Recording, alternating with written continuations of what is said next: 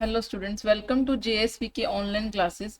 आज हम class 6 science का चैप्टर नंबर 5 जिसका नाम है सेपरेशन ऑफ सब्सटेंसेस,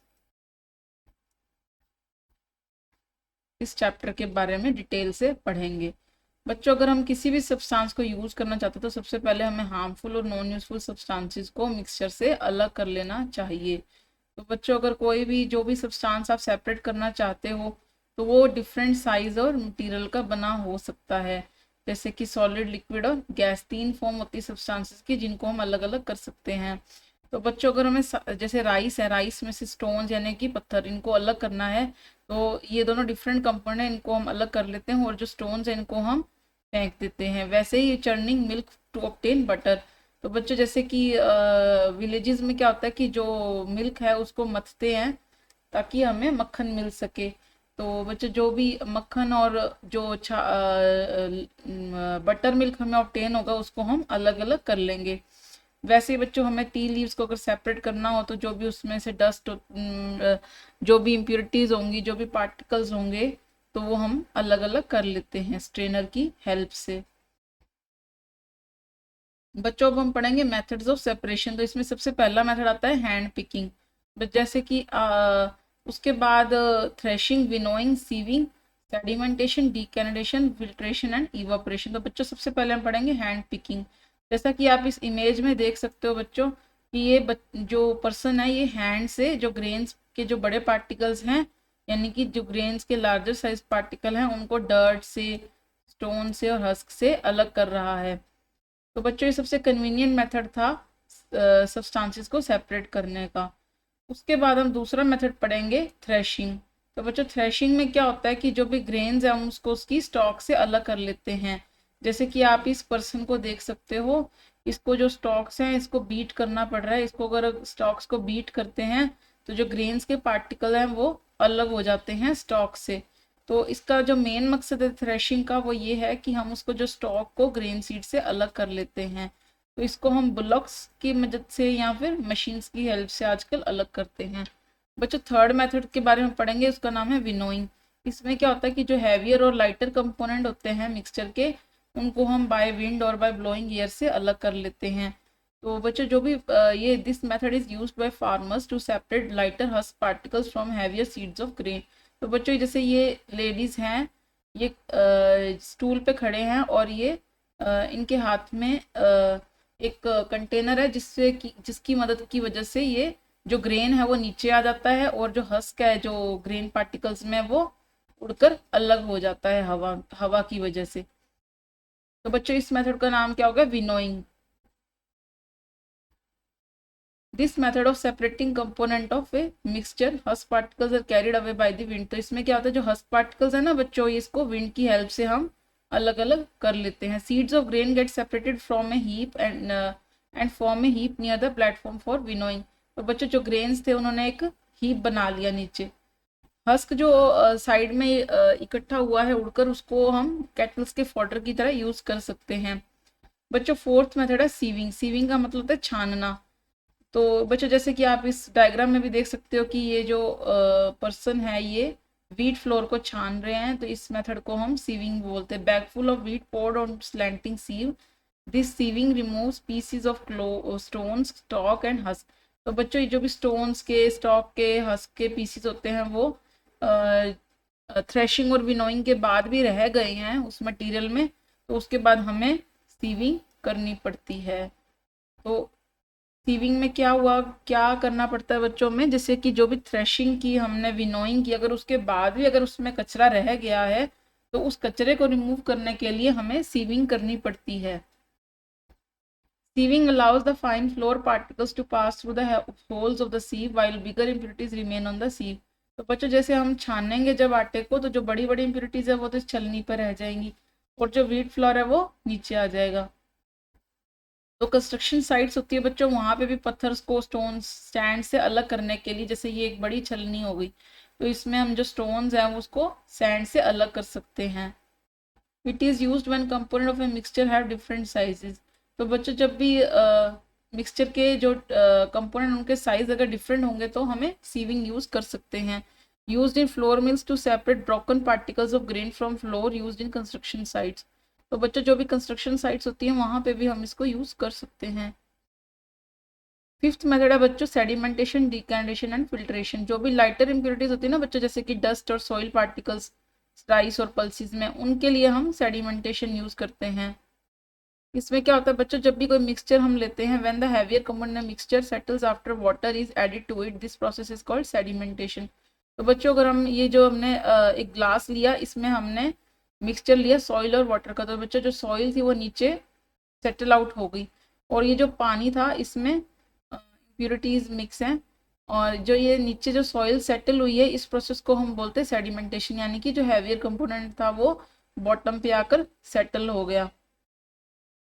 और when the water along with the dust is remove, this process is called decantation. अगर हम इसके ऊपर ऊपर वाले जो पानी है, इस सॉइल को छोड़ के जो भी पानी है उसको हम दूसरे कंटेनर में ले लेंगे, तो इस प्रोसेस को हम बोलते हैं डिकैनेशन। तो बच्चों जब भी कोई मिक्सचर है जो मिक्स नहीं हो सकते हैं, या कोई दो लिक्विड है जो मिक्स नहीं हो सकते, उसमें भी हम ये सेम प्रिंसिपल यूज कर सकते हैं, जैसे कि ऑयल एंड वाटर में। अब बच्चों हम नेक्स्ट टेक्निक पढ़ेंगे हमारी filtration. The process in which solid particles in a liquid and gas fluid are removed by the use of filter medium that permits the fluid to pass through but retains the solid particle। तो बच्चों इसमें क्या होता है कि जो भी solid particles है लिक्विड या गैस फ्लूइड में, उनको हम एक फिल्टर मीडियम की हेल्प से अलग कर लेते हैं। तो जो कि सॉलिड पार्टिकल्स को तो रिटेन कर लेंगे, पर जो फ्लूइड होगा वो उसके थ्रू पास आउट हो जाएगा। जैसे कि एक एग्जांपल के थ्रू हम समझते हैं कि हमने कुछ मडी वाटर लिया फ्रॉम ए पॉन्ड, और उसमें हमने कुछ मिट्टी ऐड कर दी, सॉइल ऐड कर दी। अब हम उसको आधे घंटे के लिए ऐसे ही रख देंगे, तो जो सॉइल थी बच्चों वो नीचे बॉटम पे सेटल हो जाएगी, और जो slightly tilt the glass without disturbing the water, let the water from the top flow into another glass. तो जो भी बच्चों जो टॉप का जो पानी था उसका गिलास का, उसको हमने दूसरे गिलास में लिया, इस प्रोसेस को हम बोलते हैं डिकैनेशन। अब बच्चों if the water is still muddy, अगर अभी भी वो पानी जो हमने अलग से लिया डिकैनेशन के थ्रू, वो अभी भी अगर मडी है, मान लो उसमें अभी भी इम्प्योरिटीज है, तो उसको हम फिल्टर पेपर की हेल्प से, जिसमें बहुत फाइन पोर्स होते हैं, उसकी हेल्प से हम उसको और ज़्यादा फिल्टर कर लेंगे। बच्चों जैसे कि आप इस डायग्राम में देख सकते हो कि इस पर्सन ने एक पेपर लिया और उसके ये ट्राइंगल सा कोन बना दिया। अब इस कोन को यहाँ पे फिट कर दिया इन्होंने, और जो भी फ्लूइड था, जो मड्डी फ्लूइड, उसको हमने इसके थ्रू पास आउट किया। तो बच्चों जो भी फाइन इम्प्योरिटीज होंगी वो सारी इस फिल्टर मीडियम पे आ जाएंगी। Filter paper folded to form cone and fixed on to funnel, solid particles do not pass through it and remain it on the filter. तो बच्चों जो पनीर बनाते हैं, पनीर में भी सेम प्रोसेस यूज होता है। अब हम पढ़ते हैं इवापोरेशन के बारे में। Process of conversion of water into its vapour, जब भी हम पानी को उसकी वेपर फॉर्म में लेके जाएंगे तो उस प्रोसेस को हम बोलते हैं इवापोरेशन।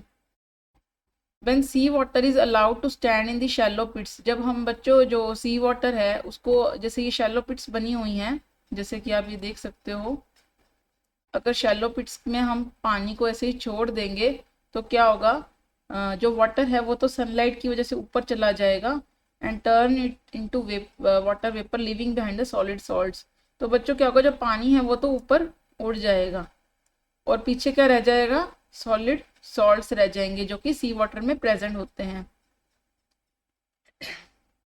अब बच्चों हम पढ़ेंगे कंडेंसेशन के बारे में। इसमें क्या होता है, the process of conversion of water vapour into its liquid, जब हम वाटर वेपर को लिक्विड फॉर्म में ले जाते हैं उस प्रोसेस को हम बोलते हैं condensation.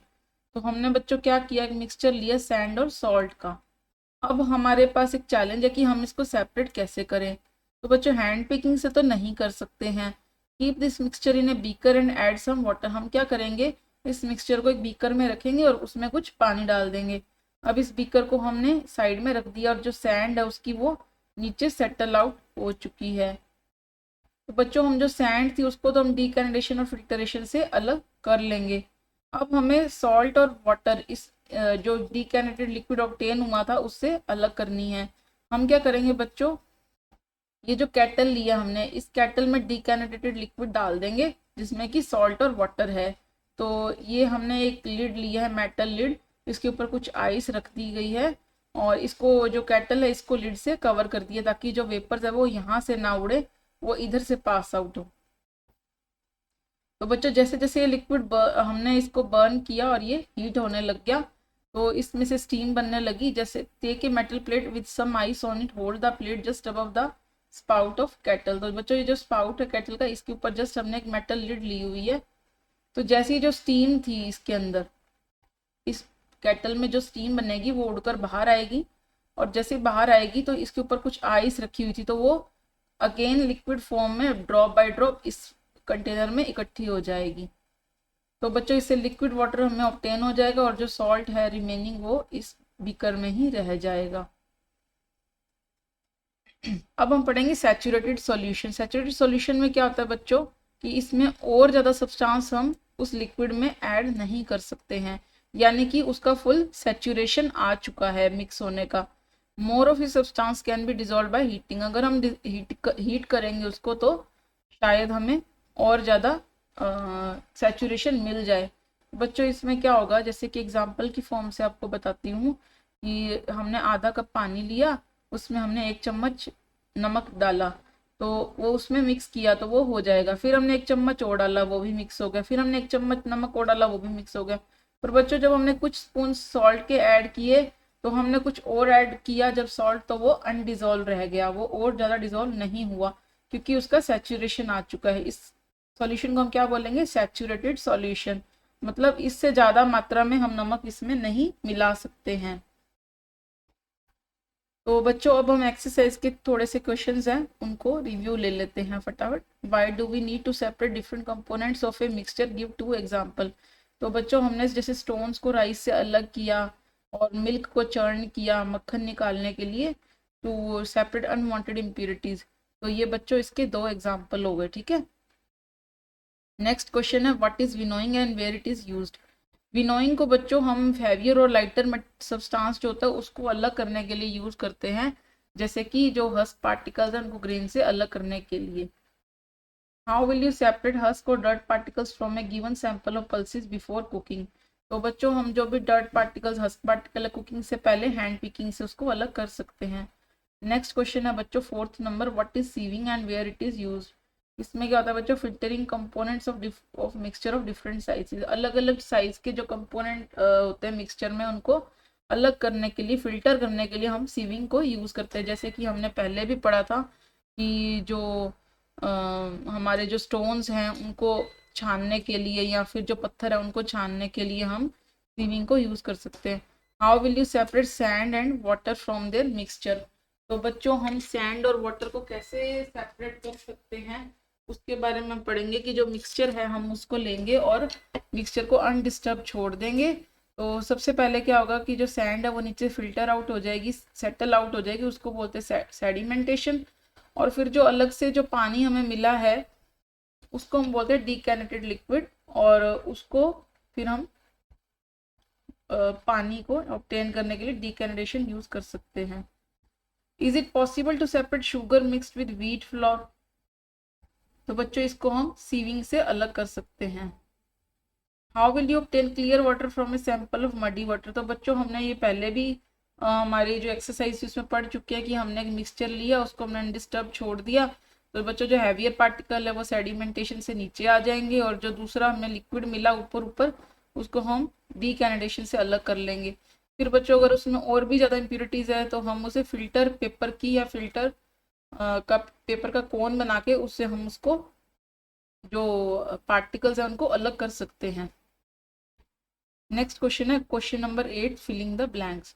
The method of separating seeds from paddy from its stalks is called बच्चों थ्रेशिंग, क्योंकि हमने उसको जो हमें जो ग्रेन्स ऑब्टेन होते हैं उसको हम उसकी जो स्टॉक है उसको बीट करते हैं जब, तो इस प्रोसेस को हम बोलते हैं threshing. When milk cooled after boiling is poured onto a piece of cloth, the cream is left behind onto it. This process of separating cream from milk is example of churning. बच्चों ये किसका example है, churning का। Salt is obtained from sea water by evaporation. Impurities settle at the bottom when muddy water was kept overnight in a bucket. The clear water was then poured off from the top. The process of separation used in this example is, इस process को हम क्या बोलते हैं बच्चों, sedimentation और डीकैनेडेशन। अब बच्चों ट्रू एंड फॉल्स देख लेते हैं फटाफट। तो बच्चों इसमें क्या होता है, जो ट्रू एंड फॉल्स में क्या होगा बच्चों कि जो मिक्सचर होता है मिल्क और वाटर का, उसको हम कैसे सेपरेट कर सकते हैं, फिल्टरेशन से नहीं कर सकते बच्चों, तो ये फॉल्स स्टेटमेंट होगी। उसके बाद एक mixture of powdered salt and sugar can be separated by the process of winnowing, no this is also false. Then next statement is separation of sugar from tea can be done by filtration, false. grain and husk can be separated with the process of decanidation, false। तो बच्चों grain और husk को हम किसकी method से अलग कर सकते हैं, विनोइंग की हेल्प से। नेक्स्ट क्वेश्चन है बच्चों हमारा, lemonade is prepared by mixing lemon juice and sugar in water, you wish to add ice to cool it, should you add ice to the lemonade before और after dissolving sugar. तो बच्चों जैसे कि lemonade बनाया lemon juice और sugar की help से, तो हमने कुछ आइस ऐड कर दी, तो ये पूछ रहा है कि क्या हम और आइस ऐड करके उसमें शुगर को पहले डिजोल्व करवा सकते हैं, बाद में करवा सकते हैं। तो बच्चे शुगर वार्म वाटर में ज़्यादा डिजोल्व होती है, यानी कि कोल्ड वाटर में उतनी डिजोल्व नहीं हो पाती है, तो हम उसको शुगर को पहले ऐड कर सकते हैं। थैंक यू बच्चों, आपका चैप्टर कंप्लीट हुआ। अगर कोई भी डाउट्स हैं, कुछ भी अगर आपको इस चैप्टर में नहीं समझ आ रहा है तो आप वो मुझे कमेंट बॉक्स में बता सकते हैं। लाइक और सब्सक्राइब करना ना भूलें।